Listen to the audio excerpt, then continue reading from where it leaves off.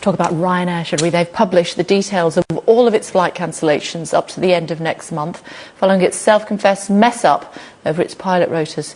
The airline's chief executive, Michael O'Leary, has apologised to passengers, but thousands have been stranded after their flights were scrapped at short notice.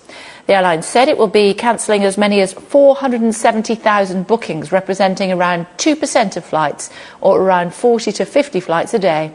Airports with the busiest schedules will be worst affected, including London Stansted, Dublin, Barcelona, Brussels South, Charleroi, Lisbon, as well as Madrid, Milan, Porto, Rome. Leaves the airline facing a compensation bill of up to £17.7 billion. Clearly bad for holidaymakers, but how much damage will the adverse publicity cause the airline? Joined now by PR expert Andrew Teacher and also branding expert Simon Bailey. Hello to you both. Thank you for joining us on Sky News this afternoon. Andrew, to you first of all, how much damage? It's rolling news. It's on your show this afternoon. It's all over the airwaves. It's going to be one of those things that it's going to hurt them where high profit, high margin travel comes from businesses, from holidaymakers. People right now that are planning for Christmas are going to look at this and go, is it worth risking missing my loved ones at the festive period for, I'm not going to do that. And similarly, businesses that often need certainty, that will pay a bit more money and book at the last minute, again, they're going to look at this fiasco and go, right, we're going to stick with British Airways, we'll stick with EasyJet, we'll stick with someone else. And I think it's one of those, it's just another rung on the ladder of just almost contempt for their customers that Ryanair and its boss Michael O'Leary seem to revel in almost sometimes. Simon? Yeah, and there's no doubt that its reputational damage in the short term is likely to be reasonably significant and, as you pointed out, costly. However, there are plenty of examples of brands which have made mistakes, operational mistakes very often, and have actually managed to rectify them, move forwards and build successful businesses again. A little bit like Samsung did with the Galaxy S7. Yeah, sorry, mate, it's a good point. I think that the difference here is that it's about attitude as much as anything. And I agree with Simon. He's correct, particularly with Samsung. You would hardly remember now with all of the fanfare over the Galaxy S8 that a year ago you couldn't take their phones on planes because they were setting fire to themselves. But I think the point with Ryanair is it's always had a bit of an attitude problem, hasn't it? When BA mess up, they'll apologise and they'll fix things. When other big consumer brands mess up, there is a sense that they're apologetic and they'll put it right. But with Ryanair, there's always that sense of, if you don't like it, then get lost. There's always been that kind of feeling. Which it's fine as far as it goes, Simon. I remember once writing to customer service at Ryanair, and my letter was returned to me saying we don't have any customer services department. But when you think about it, you're prepared to accept all sorts of things in order to get a cheap flight, but you expect to be able to get on the plane and get off again. If you can't even do that, what sort of damage is that going to cause? I think it's probably a bit more nuanced. I think to some extent customers, when they interact with Ryanair, understand what the deal is, they understand what they're getting into, and they are coming with a certain set of expectations. I think the biggest determinant of what happens in a lot of these cases is the extent to which trust is fundamentally impacted or broken down. Often what the brand was like, its reputation, the goodwill that existed beforehand. And then three, really importantly, what the brand or the business does to rectify the situation. And here I think you've seen him take a couple of important steps. The first one being a bit of contrition, accepting the responsibility and apologising. But I think most of us would agree that the next issue is going to be about how he rectifies that, what the plan is to move the business forward and to work through what's going to be a difficult period. Yeah, nuanced. How so? The plane's either going or it's not. I think the Hold point... on a second, Simon. Well, nuanced or not, yes. And I think Michael O'Leary's gone on the record and acknowledged that he's got a very fundamental issue, and as far as I'm aware is going to be compensating and attempting to rectify the issue. But in terms of long-term damage, do I think we'll see Ryanair again flying the skies and continuing to build his business in the long term? I'm pretty sure that we will do. Andrew? I think one of the challenges for businesses that are focused purely on price is that there isn't necessarily, it doesn't generate loyalty in the same way. And budget airlines are more competitive than they've ever been.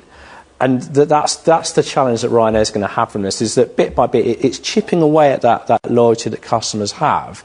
And if, as you say, and as Simon said, you don't have that certainty the plane's actually going to take off, it's not worth saving 10, 20 quid. You might as well pay the extra, go with someone else, and have that degree of certainty. And contrition is fine, saying sorry is fine, but I think also where consumers are concerned, brands have got to act. There's got to be a sense not just of coming on and using a swear word and saying we've messed up, as O'Leary has done. It's about how you deal with the emotional impact of having people missing weddings, of people missing birthdays, and all of these sorts of things that you can't just rectify by issuing a press release, doing a conference call with journalists and saying, we've messed up. Yeah. Simon, you can keep your boyfriend apology, is what you're saying. Well, I mean, I would agree with many of those things. I think where we've got our agreement is how it's done. I mean, if you look at Volkswagen and Dieselgate, you had the defeat device fitted to over 500,000 cars in the United States, a reparation bill that some estimates say might run into as much as $43 billion, and yet the way that the business has focused on rectifying the issue, compensating customers, dealing with all of those issues, making management changes, has meant that actually, look at VW today, it's recovering, arguably recovered to some extent, and I'm pretty sure that we're going to see VW around in another 20 years' time. They might have electric cars, of course, but we will definitely see them around. Is that a reasonable comparison?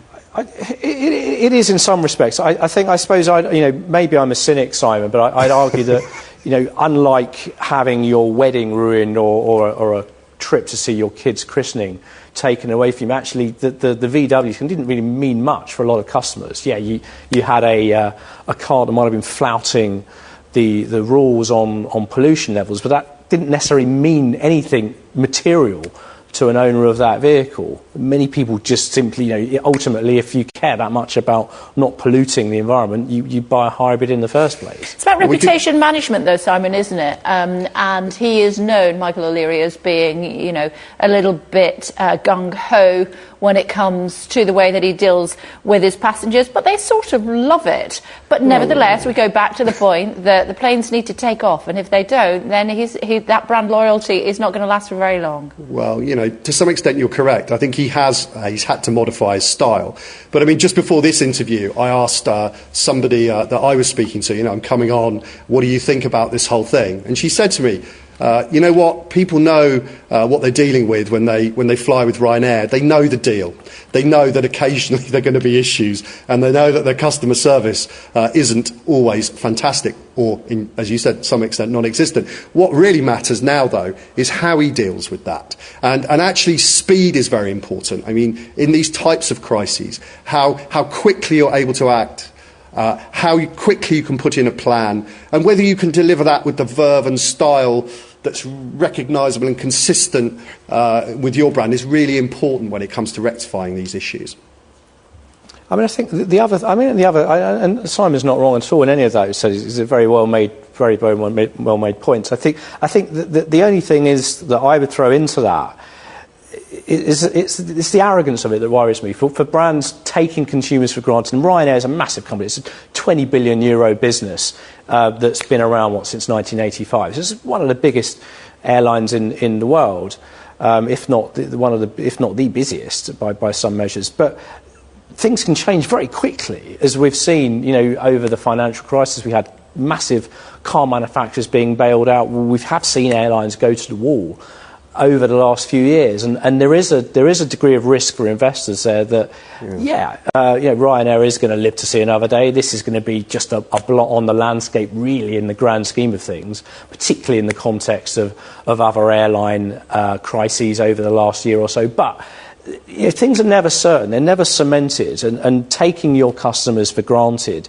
is always a bad move in whatever industry you're in. 400,000 passengers, Simon, are being offloaded, if you will, by Ryanair. They're going to be looking for another airline, and then they're going to be looking to airlines like Norwegian Airlines, let's suggest, which is where it's suggested some of the pilots have gone to. It's not as if it's either Ryanair or nothing, is it? And I mean, these things are trust, reputation is hard fought and easily lost. I think the statement goes, and I think to some extent he will have to do various things to try and rectify the issue. But this question of trust is very important, because when trust does fundamentally break down, when you have a fundamental issue that drives to the very heart of an organisation, of course you get something like the Ratner situation, where Gerald Ratner effectively stood up and called his own products, I think I use a polite term, rubbish, and by implication insulted all of his customers. And of course nobody wants to be the person wearing jewellery which is effectively saying you're a sucker. So in those instances you do get examples where trust is so fundamentally broken down it can't be recovered. But I think where the kind of area of agreement here is, it much depends really on what Michael O'Leary does next. And he has taken an important first step for him, which is contrition. What he's got to do is as has just been said, really, put right all those wrongs and sort out all those issues for customers that will have been terribly inconvenienced. Good to talk to both of you. Thank you very much indeed for joining us on Sky News this afternoon. Thank you. What about your experience with Ryanair? Have you been offloaded, if you will? Are you one of the 400,000 people that will not be able to take their flight over the next 6 weeks or so? You perhaps stranded in Europe at the moment and finding it difficult to get back? Or will you fly Ryanair no matter what? Let us know your thoughts. You can tweet me directly if you would like to, at Kay Burley. The full list of flights that have been cancelled on our website.